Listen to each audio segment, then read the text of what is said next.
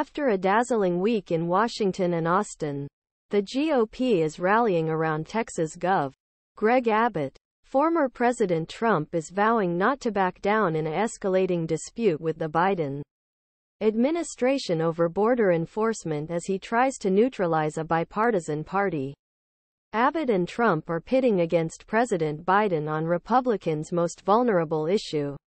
But Texas governor's flirtation with a constitutional crisis has drawn near-unanimous applause from the GOP, while Trump's apparent attempt to derail funding talks threatens to split party.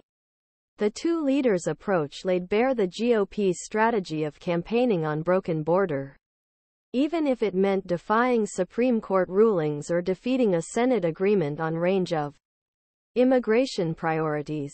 Trump's efforts to keep the border chaotic for his own political gain have scuppered an already tenuous agreement that resulted from months of negotiations between Sens. Since news of the Trump-mandated Republican withdrawal broke midweek, some GOP leaders, including Senate Minority Leader Mitch McConnell, have tried to salvage the deal, which reportedly contained concessions Democrats were unlikely to give up under any other circumstances.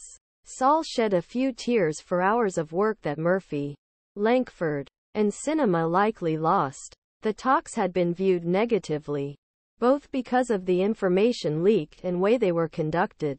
I have been closely involved with many bills for over 20 years, and this is the worst process I have ever seen for any bill.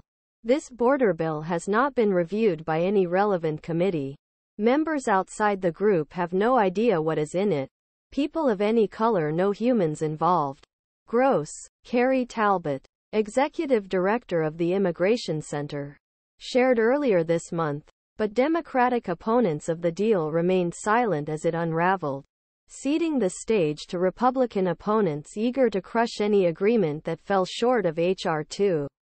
The House GOP-passed border policy bill that Democrats described as dead on arrival in the Senate. Speaker Mike Johnson returned the favor Friday. For Democrats, it's Republicans who are causing chaos at the border. They accuse Republicans of spending years pushing back on immigration packages and funding to move resources to the border. Rep. Eric Swalwell noted that history and criticized the GOP for roadblock border fixes, inviting parents of children killed by fentanyl and gang violence to testify before Congress. If you're looking for a serious audience and would like you to cover this topic, I am afraid you're in the wrong place. I fear that many of my colleagues are choosing problem over solution when it comes to immigration solutions.